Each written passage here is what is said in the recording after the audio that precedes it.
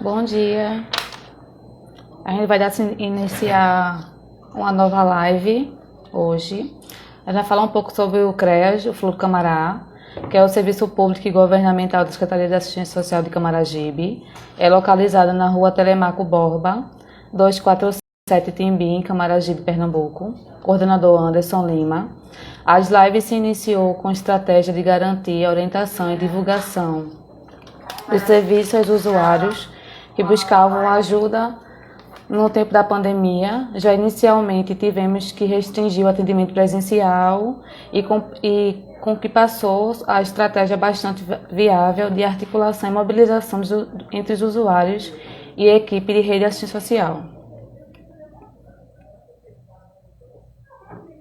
Hoje, a nossa live hoje vai ser para homenagear Paulo Freire e o Dia do Educador Social. Paulo Freire foi um educador filósofo brasileiro, é considerado um dos pensadores mais notáveis na história da pedagogia mundial, tendo influenciado o movimento chamado Pedagogia Crítica, é também o patrono da educação brasileira. Nascido dia 19 de setembro de 1921, Recife, Pernambuco, falecido dia 2 de maio de 1997, São Paulo. O Dia do Educador Social foi o dia de ontem. A gente está aqui para homenagear. Dia 19 de setembro comemoramos aqui no Brasil o Dia Nacional do Educador Social. A data foi criada em homenagem ao educador pernambucano Paulo Freire, patrono da educação brasileira. Temos alguns convidados. Eu vou dar de início a falar. Os participantes são o professor Antônio Danilson. Só um minuto. O professor Antônio Danilson, educador popular, filósofo graduado de ensino fundamental de jovens e adultos, assessor de formação.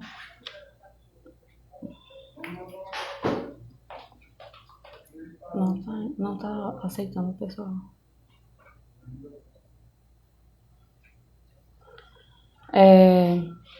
O professor Danilson também é coordenador do Fórum do Metropolitano do EJA, educador de jovens e adultos. A nossa segunda participante vai ser Maria Lourdes, educadora social, graduada, coordenadora do Movimento Nacional de Meninas e Meninos de Ruas de Pernambuco. E o terceiro participante será o educador social, focalizador de danças circulares e das práticas restaurativas, com atuação nas políticas de assistência sociais. Participantes entrarem.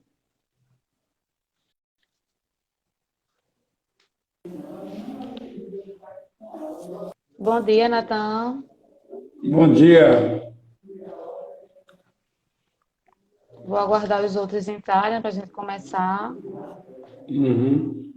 Quer dar de início aí, falar um pouco de tu?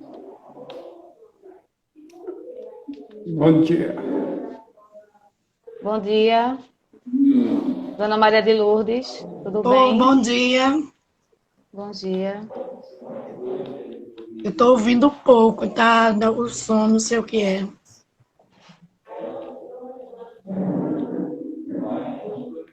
Dudu Tá tem ouvindo fone de melhor ouvido? agora? Oi? Tá ouvindo, Dudu? Pouquinho, Melhor? Natan. Tá bem baixinho. Uhum. E o meu coisa tá no máximo. A gente vai só aguardar um pouco o Danilson entrar, mas a gente pode dar continuidade aqui com vocês dois até ele entrar. Certo?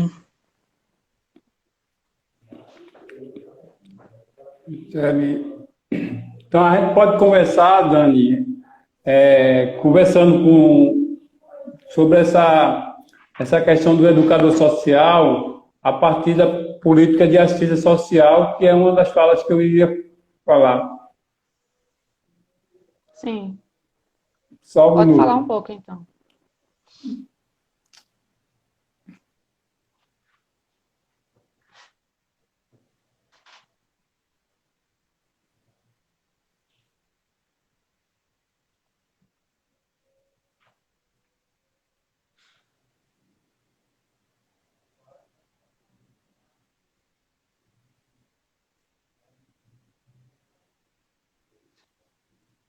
Dona Dudu e Dona Oi, Maria de Lourdes, será que quer conversar um pouquinho enquanto o Natan volta?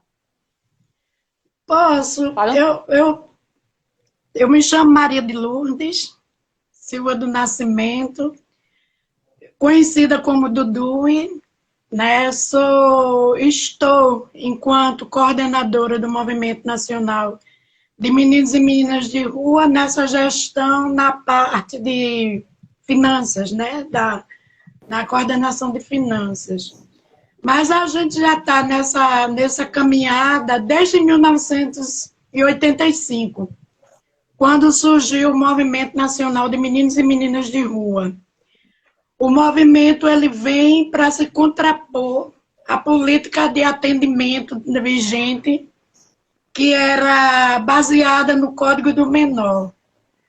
E o movimento vem nessa perspectiva, através dos projetos alternativos, que eram grupos que se encontravam para trocar ideias, para comungar da ação do outro, já na perspectiva de ver as crianças e adolescentes como sujeito de direito.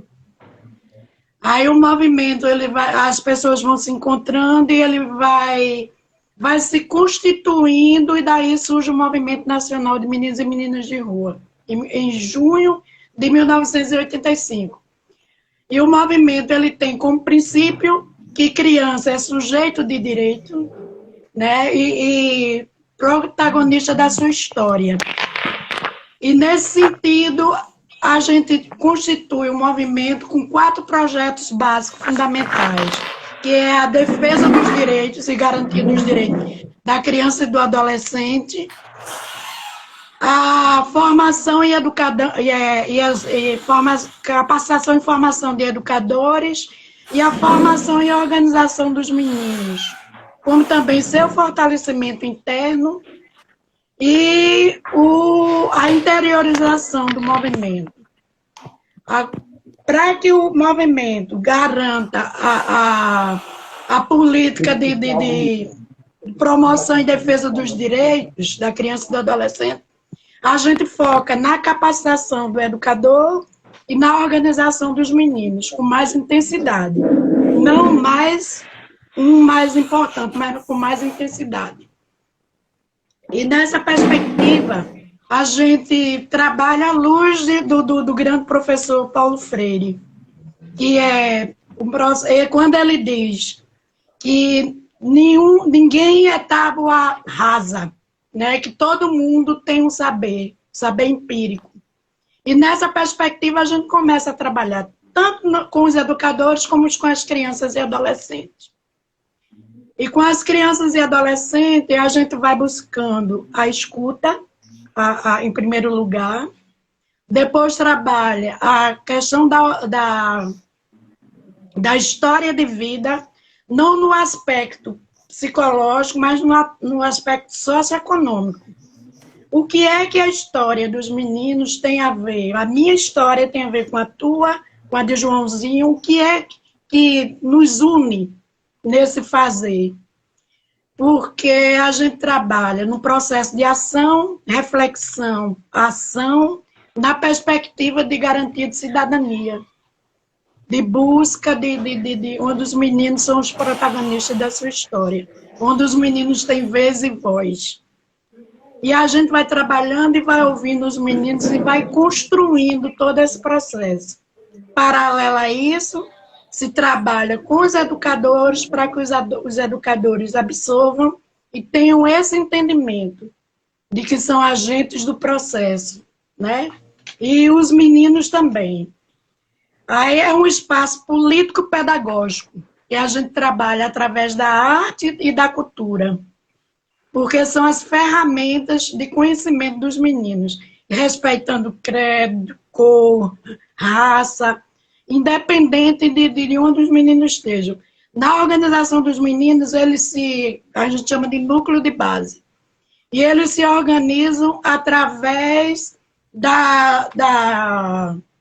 se agrupam através de identificação, através de atividades desenvolvidas nas ruas, nas escolas, nos bairros, onde ele quer que eles estejam. Então, a gente vai nucleando esses meninos com a referência de um educador que esteja lá para construir junto, porque o movimento ele tem um princípio. A gente não faz para os meninos, a gente faz com os meninos. Então, nesse sentido, a gente busca ouvir os meninos, busca entender. Eu sou educadora, eu estou lá para contribuir, né, nesse processo do fazer educativo. E a gente trabalha na perspectiva de lutar por direitos fundamentais.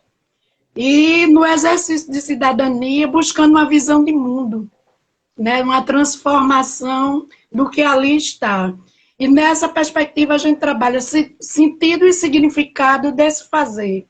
Os meninos precisam saber o porquê e qual o significado deles estarem nessa luta. A gente trabalha o indivíduo, quando eu digo que trabalho a história de vida, eu trabalho o indivíduo, mas trabalho numa perspectiva de coletividade.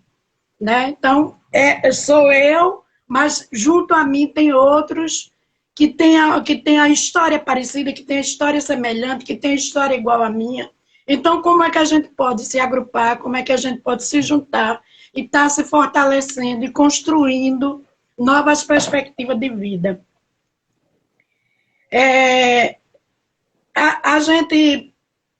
As atividades, elas são lúdicas, né? Mas os meninos participam de todos os momentos. Por exemplo, o movimento, ele promoveu 6 encontros nacionais. O primeiro encontro, ele surge quando os meninos lá do Pará, os meninos do Pequeno Trabalhador, na República do Pequeno Trabalhador, eles começaram a se inquietar com a situação em que eles viviam.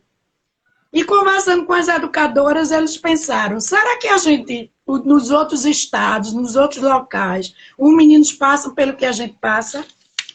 Aí a educadora teve a sensibilidade de dizer, vamos ver, vamos ouvir, então vamos conversar com os outros meninos.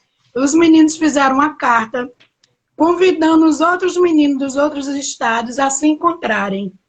E nesse sentido aí surge o primeiro encontro nacional de meninos e meninas de rua. Que foi, eu não vou dar números, porque eu sou muito ruim para memorizar dados numéricos. Mas, assim, o tema que os meninos escolheram para se encontrar foi vamos garantir nossos direitos. Aí, nesse encontro, os meninos trocaram experiência, eles conversaram junto com os educadores, dizendo o que das necessidades. Aí eles começaram a perceber que no Brasil tinha muitos meninos precisando de assistência básica, precisando das políticas fundamentais, das políticas públicas. Aí foi se fortalecendo, isso foi em 89, em 92 a gente promoveu o segundo encontro nacional de meninos e meninas de rua, onde os meninos traziam a questão dos direitos, né? Então, porque foi o Estatuto da Criança e do Adolescente que foi construído com toda a participação dos meninos, os meninos pedindo assinatura, os meninos conversando com os juristas, com os deputados, para que se garantisse essa lei. E meninos e educadores, quando eu falo meninos, educadores e as famílias, né, que participavam. E assim foi constituído em 89, simbolicamente, em junho de 99, 13 de junho, a gente aprovou simbolicamente o Estatuto da Criança e do Adolescente em Brasília, né, no Congresso Nacional.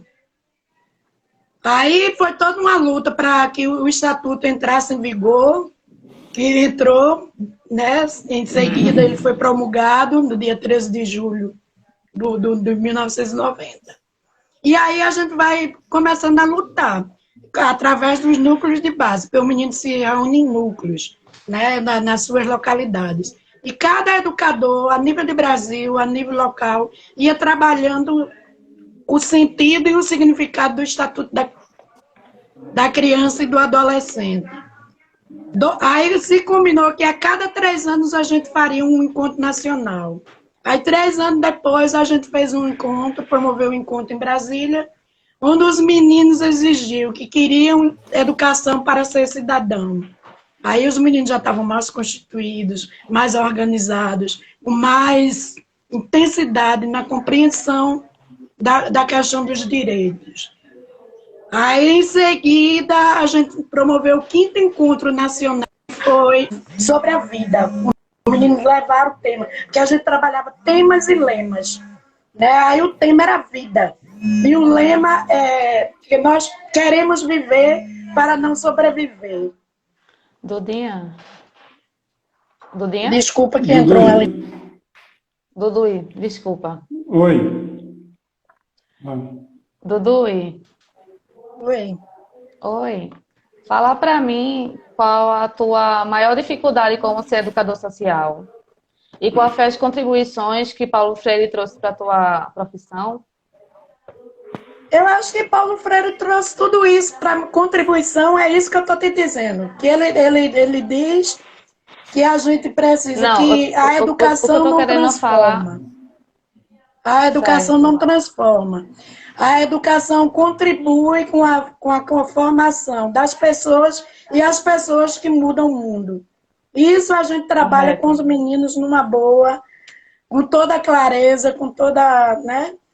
A outra contribuição que ele traz é essa de trabalhar a educação com o sujeito, né? com o aprendiz enquanto sujeito de direito, né? Enquanto sujeito do processo, enquanto sujeito da educação.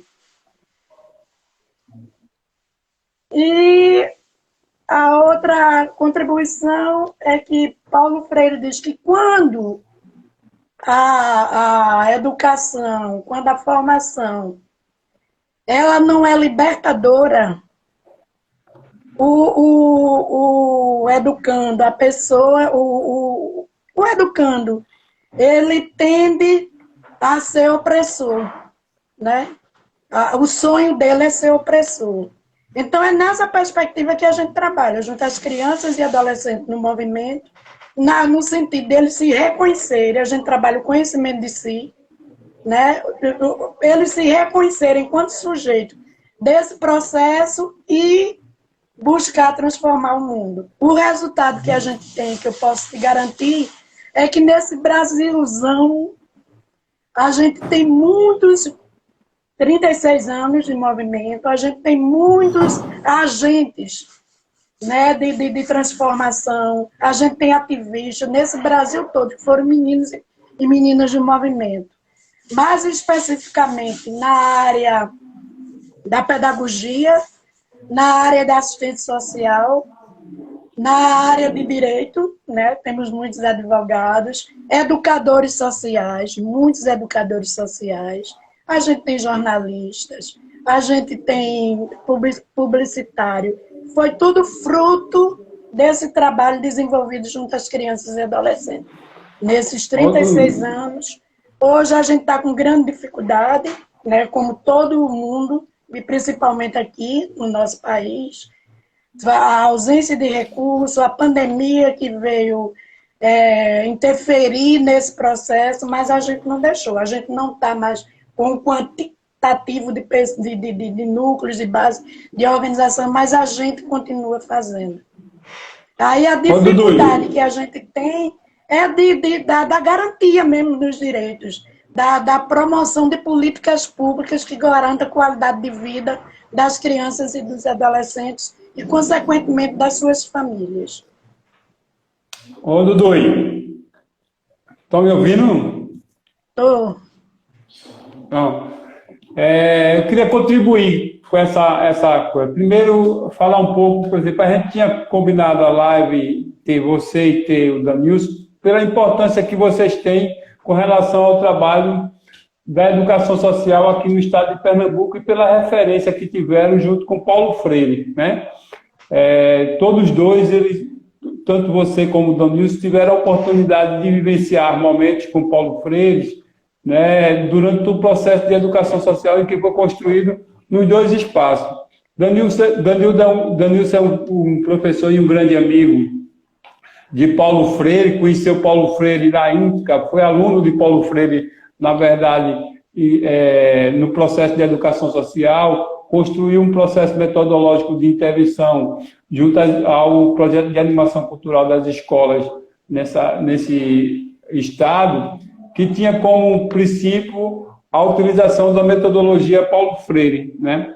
E eu, nesse processo, aprendi com vocês dois, tanto com o Danilson como você, e com outros educadores que passaram pelo processo, né, o quanto a pedagogia Paulo Freire é importante para a construção do ser social, do cidadão, né?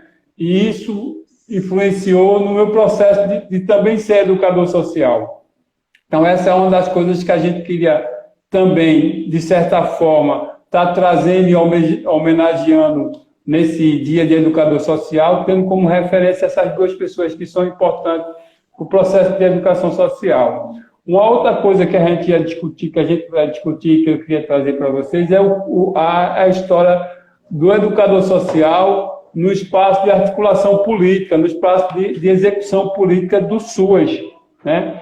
Que se constitui a partir das referências que a gente tem de assistência social nesse país e que a partir daí vem sendo desenvolvido e vem se cada vez mais implementada na política de atendimento do SUAS, né? A gente tem esse educador social que historicamente é uma pessoa, faz parte de uma equipe de atendimento interdisciplinar da política de assistência, né? E que tem suas atribuições, sua área de atuação, na maioria das vezes, não reconhecida e não valorizada como deveria se ter, né? A gente ainda sente, no campo geral, que esse educador social, muitas vezes, ele não é reconhecido e valorizado, e o processo de intervenção dele, às vezes, nem então é visto como uma prática realmente de intervenção. Às vezes, as pessoas contratam o educador social como se contratasse qualquer outra pessoa que pode fazer qualquer outro tipo de trabalho. E, na verdade, não, né? Na verdade, o educador social ele tem um processo de construção histórica que começa nos movimentos sociais, que começa com a atuação, que não é uma atuação acadêmica, mas que é reconhecida pela academia quando Paulo Freire chega e reconhece a importância do papel desse profissional em todos os trabalhos. E aí a gente vai ter uma ampliação do educador social em várias áreas. Nós vamos ter na área ambiental, nós vamos ter na área de saúde, nós vamos ter educador social na área da assistência, mas vamos ter em outros espaços. Será que é Danilson que está entrando? Né? Tem alguém... A câmera está invertida. Ó, Danilson está entrando. Deixa eu ver se eu... Bom dia. Inverta a câmera. A gente está com uma dificuldade tecnológica. Espera aí. Então, é um pouco isso que a gente hoje está tentando conversar, né, e dialogar. Nós temos hoje algumas, dentro do SUAS, as atribuições bem definidas desse papel desse educador social, né, isso tipificado a partir da política, discutida com os profissionais do SUAS e da assistência. Mas temos hoje uma grande discussão que é a implementação da profissão do educador social, porque até então ela existe, mas enquanto profissão ela não é reconhecida e não existe. Porém, há uma grande discussão e uma grande polêmica de qual o nível de escolaridade que esse educador social tem que ter, né? Existem duas leis que estão pautadas e que vem sendo discutida, uma da Luziane, que era do Chico, que é lá de Fortaleza, o deputado Chico, que começou a discutir e a implementar essa discussão sobre a regulamentação da profissão do educador social e que coloca essa profissão de grande importância e reconhece que é importante reconhecer também os profissionais de nível médio, então a profissão não pode ser só considerada de nível superior. E existe um outro grupo que, na discussão, vem fortemente discutindo a possibilidade de que essa profissão seja de nível superior, né? E essa profissão sendo de nível superior, eles trazem como argumento básico algumas coisas que a gente sabe que não é tão verdade como deveria ser, né? Eles argumentam que, reconhecendo a profissão de educador social como nível superior, ele garante mais valorização do profissional, que ele garante empoderamento desse profissional e que, como é que se diz? O reconhecimento mas aí eles não trazem para a gente as outras questões que estão fundamentadas por trás dessa lei que está sendo discutida e que está sendo colocada lá, que é que só a universidade poderá formar educadores sociais. Unicamente o educador social só pode ser reconhecido como educador social se ele for formado pela universidade. Qualquer outras instituições que hoje, como a gente sempre formou educadores sociais no Movimento Nacional de Meninos de Rua, na escola da CUT, lá no Movimento Sem Terra, em outros espaços em que se funde o educador social, que nasce o educador social, ele não vai mais poder ser reconhecido porque ele vai ter que ter, né, um curso de nível superior. Né? Então, há uma situação que acha que a gente não quer que o curso seja de nível superior, mas, na verdade, a gente discute que a universidade ela não pode ser o único espaço em que diga que o cara é educador social ou não, né? Que define quem vai ser educador social ou quem não vai ser. Né? Essa é uma grande discussão. Deixa a Danilson falar um pouquinho. Danilson conseguiu entrar, vamos escutar ele.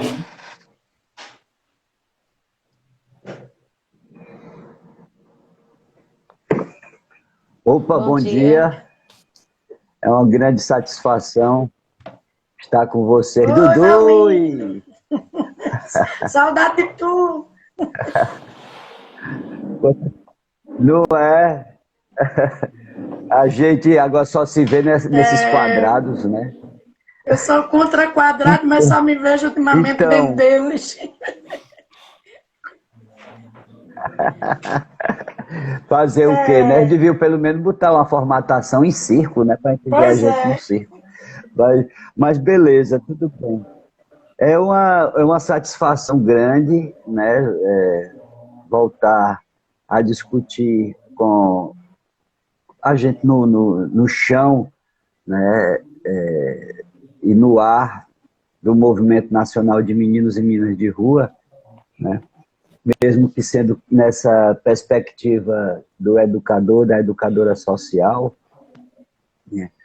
Mas de um momento relevante porque nós estamos comemorando o centenário do professor Paulo Freire, e isso, para mim, é um ano profético, né? É um ano profético porque nós estamos num ano pandêmico, nos primeiros anos, né, nos primeiros 20 anos do novo século, golpes nos nossos direitos,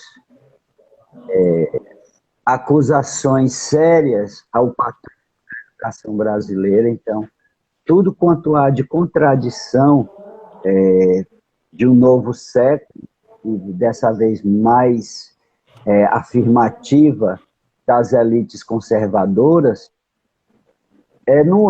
no centenário de Paulo Freire. E é justamente isso que eu chamo de um ano profético.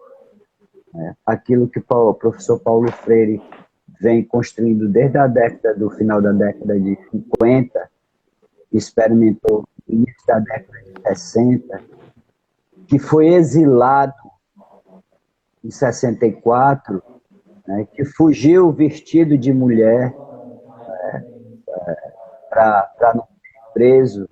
Quer dizer, toda essa contradição nós estamos sob a ameaça de um novo exílio de Paulo Freire com esse governo Bolsonaro, quando quer caçar o seu título de patrono da educação brasileira. Então, isso tudo, na minha concepção cristã, é um anúncio profético que esse século nos coloca um desafio que são tão ou mais terríveis do que o golpe instituído em 1964. Eu tenho 60 anos. Quando eu comecei a abrir meus olhos, o golpe militar estava à minha vista. Então, vivi até meados da década de 80 sobre isso. Mas é justamente no final da década de 80, meados da década de 80, que eu começo a ter contato com o pensamento do professor Paulo Freire, ainda no exílio, mas só com obras, pensamento. O padre Ivan Teófilo, que é salesiano, hoje falecido, foi um dos que nos apresentou Paulo Freire na congregação dos salesianos. E naquele auge da gente começar a experimentar a experiência das comunidades eclesiais de base. E que foi um momento muito significativo para a formação da gente, educadores e educadoras populares. Me desculpem, mas eu sei que... Mas eu não me acostumo com esse termo educador social. Eu não me vejo quanto educador social, eu me vejo quanto educador popular e que pode estar inserido dentro da escola formal, dentro dos movimentos populares, dentro das ONGs, dentro, né? Eu ainda sou ranzinza na questão de aceitar esse termo de educador social, como também sou ranzinza nessa questão da institucionalização da educação popular. Eu acho que, na minha visão, a gente perde um pouco da nossa identidade quando institucionaliza-se essas coisas. Parece que o sistema capitalista ele nos absorve. E assim como o professor Paulo Freire era contra as cartilhas, eu sou contra a institucionalização da nossa identidade de educadores e educadoras populares, né? Assim também como eu sou contra a institucionalização da educação popular, porque parece que nos tira esse protagonismo, né?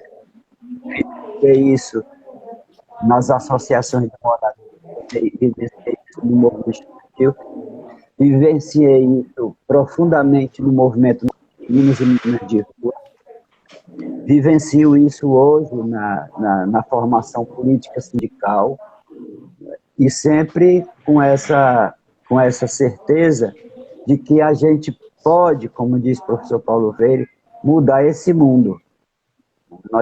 Para isso, nós precisamos ser protagonistas, mas não precisamos delegar a nossa formação a outro.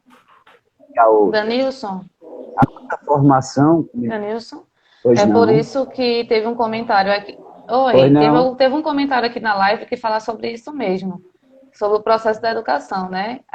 Cenice, ela disse que ela primeiro parabeniza pelo tema abordado, depois a visibilidade ao profissional, que não é só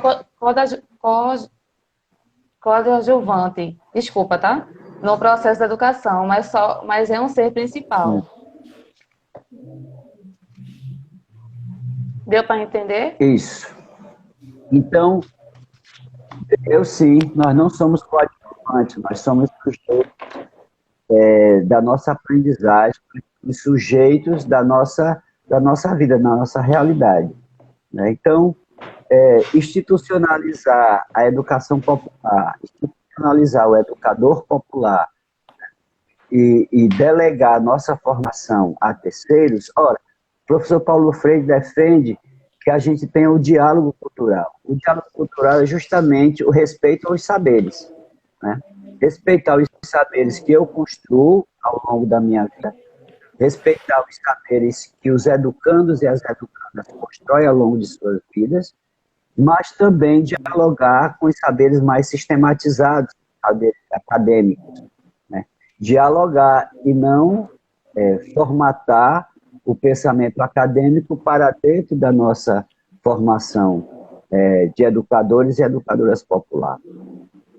Então, o ensinamento que o professor Paulo Freire nos traz, né, não pode estar condicionado, e aí eu fico muito na expectativa, às quatro paredes da sala de aula. A educação popular ela não nasce dentro desse sistema formal. A educação popular ela nasce fora dos muros da escola, justamente para se contrapor essa escola colonialista que aí está.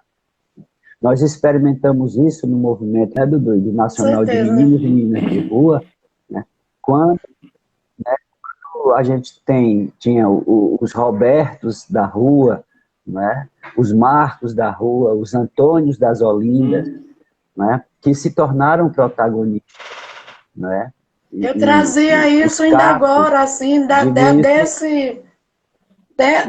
desculpa, mas assim, desse processo que torna de fato cidadãos. A gente tem nesse Brasil inteiro pessoas, eu digo em todo canto que eu chego, o maior orgulho que o coordenador do movimento que eu componho, que eu sou inserida hoje, ele foi menino do núcleo de base. Né? Ele hoje é meu coordenador. E isso dá para a gente uma certeza de que é possível fazer a diferença. É possível vivenciar o que foi trazido pelo grande mestre Paulo Freire. Esse diálogo, essa troca, essa construção coletiva. É o meu com o teu, com o dele, que a gente vai construindo a diferença nesse processo de educação. Seja ele onde for, na academia, nas escolas formais, mas principalmente nos movimentos populares. O que a gente tem de liderança, e grandes lideranças aí que passaram, que vivenciaram isso. A minha experiência ela veio das escolas comunitárias. Foi lá que eu comecei.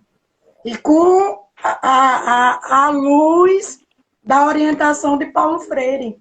Ele orientava a gente nesse processo metodológico de como fazer. E aí foi se constituindo escolas comunitárias.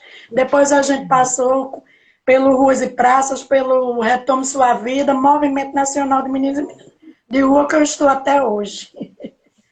Ô, Dan, eu hoje Desculpa, Danilson, é porque eu me empolguei com a tua fala.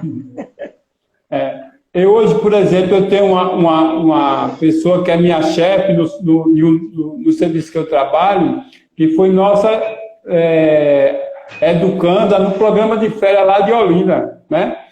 A Rosana França, que é uma garota, uma jovem que hoje coordena o CREAS de São Lourenço da Mata, ela tinha 14 anos de idade e 16 anos, naqueles programas de férias que a gente fazia lá no Caique de Peixinho, aonde Paulo Freire chegou a visitar, né? Onde tem aquele vídeo que eu mandei para você, lá na Ponte Cabo Gato, né? Em que a gente está lá, batendo aquele papo bem gostoso com o Paulo Freire, né? Então, essas experiências é que, né? Valor. Isso.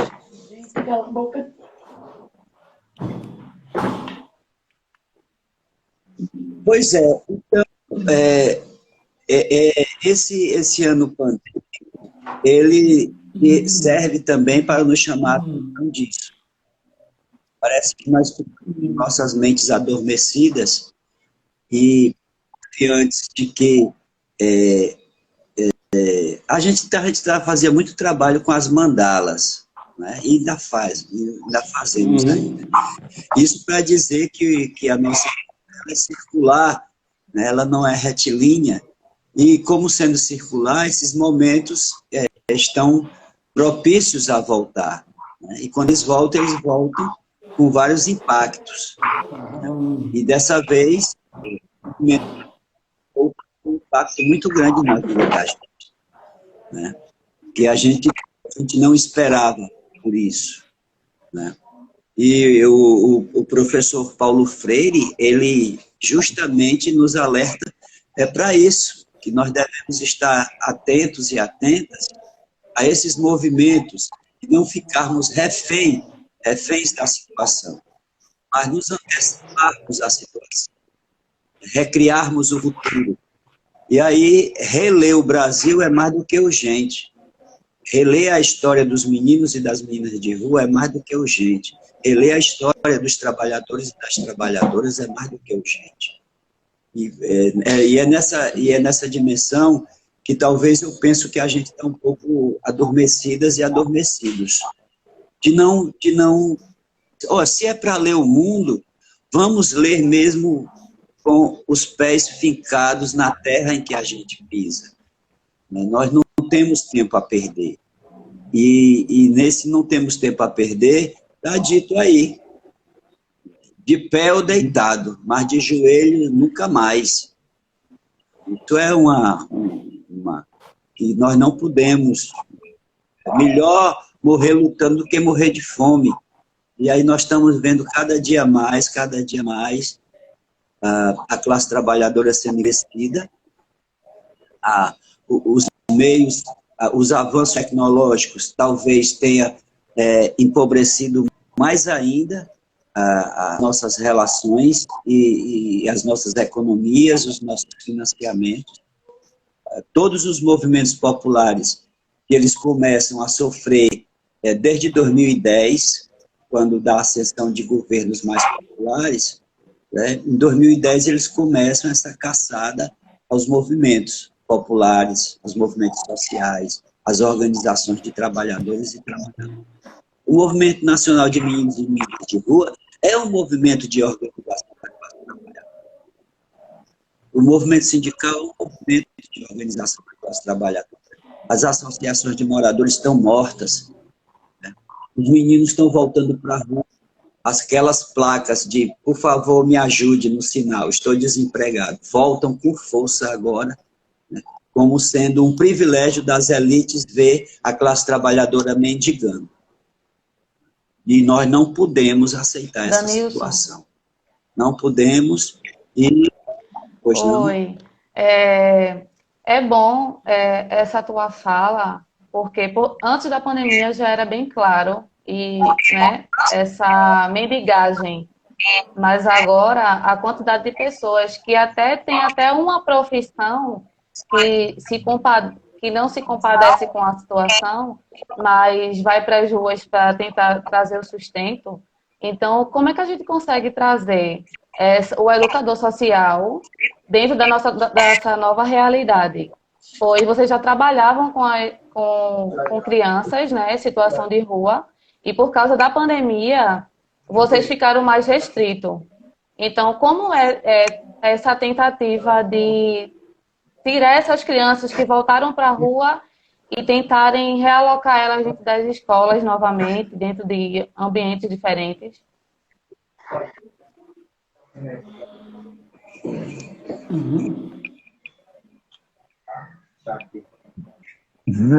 Dudu quer falar? Eu continuo, Natan? Continua, depois eu me coloco. A gente... Então, o problema, eu consigo localizar o problema. Por exemplo, o professor Paulo Freire disse que a gente tem que criar coragem, nos desafiarmos a sair da consciência ingênua para a consciência crítica. Né? Então, eu compreendo, vou fazer aqui uma ilustração de ver aquela história das ilhas, né? Vamos supor, Fernando de Noronha, um arquipélago. Mas quando a gente chega lá, a gente olha aquelas ilhas, parece que estão isoladas umas das outras. Mas se a gente mergulhar no oceano, a gente vai ver que tem uma coisa que segura elas. Então, vamos metaforizar isso aí, né? As ilhas dos meninos de rua, as ilhas dos desempregados, as ilhas das mulheres negras, né, maltratadas, a ilha dos descamisados, a ilha das mulheres autônomas, solteiras. Essas ilhas olham umas para as outras como que parece que uma não tivesse nada a ver uma com a outra, né? Um trabalhador olha para uma pessoa desempregada e diz, olha, não trabalha porque não quer, mas trabalho tem. Né? Outra, uma mãe, né, uma mulher negra, trabalhadora, olha para o menino de rua, olha para ali que cheira a cola, né, essa peste. Quer dizer, parece que os moradores das ilhas não se percebe que um tem a ver com o outro. Parece que um não tem nada a ver com o outro. Desempregado, empregado, subempregado, a trabalhadora doméstica, parece que vivem numas ilhas. E qual é a tarefa? É a gente fazer com que essas pessoas mergulhem e perceber que tem alguma coisa que sustenta essas ilhas. E essas coisas chama-se um sistema capitalista. E esse sistema capitalista tem nome, tem RG, tem endereço e tem acúmulo de riqueza. E a gente sabe quem são. Então, o processo para isso não está só no menino de rua, só no desempregado, na desempregada, só na mulher negra que é explorada como trabalhadora doméstica e outras mulheres. Mas é um conjunto de ação que precisa ser feita pelos movimentos sociais e organizativos da sociedade para dar uma retomada ao projeto do Retome Sua Vida, né? Vamos retomar nossa vida. E retomar a vida, ela não é fácil, não. Ela não é fácil, não é uma formulazinha matemática que a gente resolve x ao quadrado, né? É um processo coletivo de todas as organizações da classe trabalhadora, né? Que é preciso a gente Danilson, tem uma coisa que a gente precisa compreender, e aí eu, comum com você, dessa lógica do educador social, né? Embora seja uma nomenclatura dada a partir de uma necessidade de mercado, né? A gente sabe que na realidade é isso, né? É uma lógica a partir disso, que é o seguinte, né? Eu sempre aprendi, sempre vivenciei na minha experiência que a educação social se faz com aproximação. Não dá para fazer a educação social, o cara vai fazer a educação social de rua, numa van, passa, olha o morador de rua, volta, passa, chega lá, olha e acabou-se, né? E aí eu estou fazendo educação, estou fazendo abordagem de rua, estou fazendo sensibilização, estou fazendo tudo isso, né? Educação social de rua a gente fazia sentando com os meninos na praça, desenhando com eles na praça, sorrindo com eles na praça, chorando com eles na praça, né? Quando chegava a polícia e jogava cola na cabeça dos meninos lá, que muitas vezes a gente passou por isso, né? Então, tudo isso são coisas que... Porque o processo da educação social é contínua, ela não é algo que a gente chega lá e diz, ó, faz isso, isso e isso, é desse jeito que a gente consegue construir um processo de transformação, né? Hoje se pensa a educação social olhando a partir do alto, né? Como você diz, a ilha vista de cima, né? Ela não aprofunda. E o que a gente precisa hoje é cada vez mais aprofundar e compreender, né, novamente, como a gente sempre fez em outro momento, qual é o contexto que se dá àquela realidade e qual é as causas, não as consequências daquela situação, né? E a partir daí desenvolver uma ação de educação social para fazer o processo de transformação realmente daquele indivíduo, de saída daquele indivíduo, né? Então, um pouco isso. Então, entender e fazer um trabalho de educação social não é pura e simplesmente minimizar o impacto das consequências. É aprofundar as causas daquela situação, né? Porque Natan, distribuir isso... Oi. quando tu falou aí sobre como era, né? Que era nas praças, que Uhum. vocês estavam sempre presentes. Ontem eu vi um vídeo na internet mostrando o palácio, né? O palácio fechado com a polícia. E depois de 2 ruas estavam cheios de moradores de rua. Então, assim, se Uhum. abre olhos para umas coisas e fecham olhos para outras. É bem complicado e a Não. situação está bem difícil. Eu É. queria falar rapidinho, Natan, que aqui Cássiro, ele comenta que o Mas, saber popular Cássiro, ele comenta que o saber popular pode dialogar como um descer científico e nenhum saber pode sobrepor o outro. Ambos são saberes que servem para a transformação humana. concordo. Eu acho que Danilson já trouxe isso. Agora, quanto a esse momento, né, o que estava se trazendo, assim, eu acho que a gente precisa acreditar que é preciso transformar e que é possível. O que a gente tem que buscar é novas ferramentas. É desafio? É. A gente está com a pandemia aí na cara da gente, cessando vidas, né? Os meninos indo para as ruas aqui na porta da gente, a todo instante chega alguém pedindo, né, auxílio, pedindo uma contribuição para sobreviver. Mas, por outro lado, o Ruas e Praças não parou. Né? Ele ficou atendendo, buscando formas, atendendo as exigências sanitárias, mas buscando atender esses meninos. E assim foi feito várias reinserções de criança e adolescente durante esse período. Né? Assim, os meninos começaram a... Primeiro eles achavam que não iam ser contaminados, que não queriam.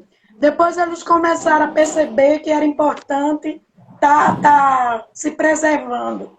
Aí alguns solicitaram e voltaram para casa. Agora tem a questão disso que Danilson já trouxe, já apontou, da situação socioeconômica. A gente ficou sem emprego, a gente ficou sem moradia, a gente ficou sem condição de saúde, né? Porque os hospitais estavam todos lotados com a questão da pandemia. Então, uma série de elementos trouxeram para trazer esse novo contingente de crianças, adolescentes, famílias para as ruas. Mas a gente não pode, Paulo Freire dizia, que a gente não pode desesperançar. E é nesse sentido que a gente precisa ver. De que forma? Né? Eu acho que Natan trouxe a questão da gente estar indo na rua, a gente não pode fazer presencial, mas tem educadores nas comunidades fazendo valer, junto com os meninos, né? Tem educadores que estão se encontrando. Então, vamos... eu falo do ponto de vista das crianças e adolescentes, que é com quem eu trabalho, né? Que é o Movimento Nacional do Menino e Menina de Ruas e de Educadores. Então, vamos lá. A gente tem investido, a gente tem buscado fazer. A gente conseguiu, com a pandemia, a gente conseguiu trabalhar a questão do aniversário dos 30 anos do Estatuto, via online. A gente conseguiu promover encontros de educadores e com a presença online de meninos e meninas a nível regional, a gente não desistir. Porque o que está posto aí é todas as dificuldades do mundo, inclusive dessa questão do educador social, dela ter essa exigência dela ser de nível universitário. E que a gente vai perder. E que a gente, se isso vincular, a gente já está perdendo. Porque os educadores passam por concurso, mas não tem a concepção de transformação, de busca do fazer diferente, do busca da valorização do ser humano. Então, enquanto educadora, eu estou aqui buscando contribuir com esse fazer educativo e acreditando nas crianças e nos adolescentes, nos educadores resistentes, remanescentes, que estão aí, que a gente pode transformar isso. Olha, os meninos que aprovaram o estatuto simbolicamente hoje estão com 30, 40 anos. Mas tem menino de 7 anos que está dizendo que o estatuto não vai ser rasgado e nem jogado na latrina. Porque eles vão defender isso até o fim.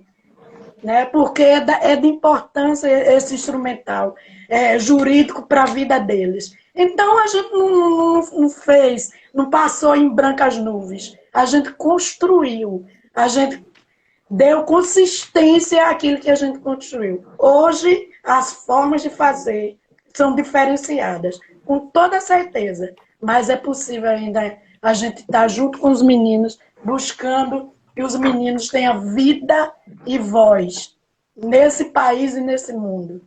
Eu acho que é por aí. Eu quero interromper isso, Paulo vocês Freire um pouquinho. Oi?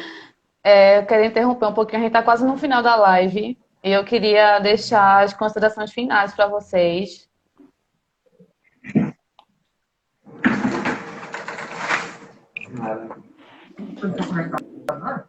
Bom, por mim, eu estou a reafirmar que foi muito bom reencontrar e voltar a discutir o tema, principalmente nesse ano que a gente está comemorando o centenário do professor Paulo Freire. Né? Dizer que as ruas são as nossas armas. Sempre foi, historicamente.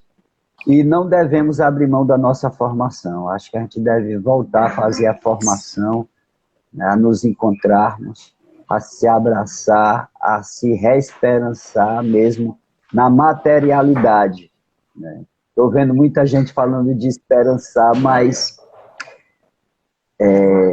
se não tiver a prática, né, o professor Paulo Freire disse que não é só refletir, precisamos também agir. Muito obrigado pelo convite. A gente se dispõe para fazer outros debates. Tá? Natan, eita, esqueci teu nome. Daniele. Dudu, prazer retê-la. Dá um abraço enorme, Helena. Certo? E nos meninos, das Olindas. A gente está esperando você lá, muito viu? Obrigado. Apareça para contribuir com a gente. Por favor. Vou aparecer. Tá bom. Beijo no coração. Eu tenho só agradecer tanto a Danils como a Dudu, né, a participação nesse processo. A gente sabe como é, né, importante nesse momento estar fazendo esse tipo de discussão, inclusive para fazer com que as pessoas voltem a refletir realmente, né, qual é a importância da educação social nessa cidade, né, e o quanto ela é fundamental para que a gente possa estar contribuindo com a transformação social realmente, né. Espero em outro momento reencontrá-lo, né, fisicamente. Dudu e outra gente se encontrou, eu vou lá sempre que posso visitá-la, né? Mas Danilo, há um tempo que a gente não se vê, né, companheiro? A gente precisa se reencontrar.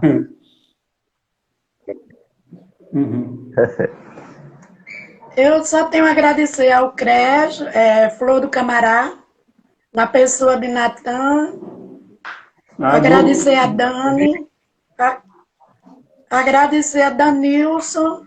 A gente aprende cada vez mais que a gente se encontra. Com isso que o Paulo Freire diz, né? E a gente vai construindo coletivamente uma troca, com a troca de saberes. Agradecer a Natan por me ter convidado. Pedir desculpa, porque eu sou do mundo do corpo a corpo. Eu tenho muita dificuldade com em todos os sentidos. Dessa questão banho hoje aí. Eu gosto do aconchego, do agarro. E dizer que a gente está aqui. Eu não desisto. Eu vou persistir. Eu costumo dizer que eu aprendi. Primeiro, eu aprendi neste mundo de educação popular que é possível transformar, e é possível fazer, que eu me alfabetizei para a vida. Quando a gente diz fazer leitura do mundo, a gente tem que entender o que é que a gente está dizendo. E eu me alfabetizei para a vida, eu digo, no Movimento Nacional de Meninos e Meninas de Rua. E sem deixar de lado as outras experiências que eu experienciei. Né? Aprendi, me alfabetizei, não desisto. Enquanto vida tiver, eu vou estar junto dos meninos, que é com eles. Eu me renovo, enquanto saber, né? Me reconstruo, me fortaleço. E dizer que a gente precisa, Danilson, a gente precisa, eu estou muito preocupada com os movimentos sociais, eles estão se diluindo. Né? Eles estão assim, o sentimento que eu tenho é que está caindo assim, entre os dedos da gente, indo embora por conta das dificuldades. Dificuldades maiores. Eu, você e muitos outros a gente já vivenciou. E a gente superou. A gente vai encerrar a live, senão não vai dar tempo. Pronto, eu tenho que agradecer todos a vocês. Eu quero agradecer a todos os participantes. Para mim foi um grande aprendizado hoje. E eu quero agradecer também as pessoas que estavam na live. Maron Fraz, Creas Piacubu, Gleice Barbosa, Creas Stefina Rocha, Renata Coelho, Joalisson Silva, Ivanise Francis, Cassi, Débora, Lucas Rafael, Érica Eva, Jaqueline Oliveira, Cleide Mesquita, Socorro, João Paulo Oliveira, Gildo Lopes, Carminha Pontes, Cátia Pires, Contramestre, Trávia, Gleicina Souza, Alana Alves, de Paula Bruno Olinda, Cátia Tatim, Cassirone, psicóloga Lácia Costa, Tassiane Fonseca, o Cres Siriri, o Cras Lavras de Mangabeira, Ana Lobo, Assistente Social, Liliane Vieira, Tatiane Sampaio e os demais participantes, às vezes eu perguntei todos. Até a próxima. Danilson, mesmo virtualmente, entre em contato.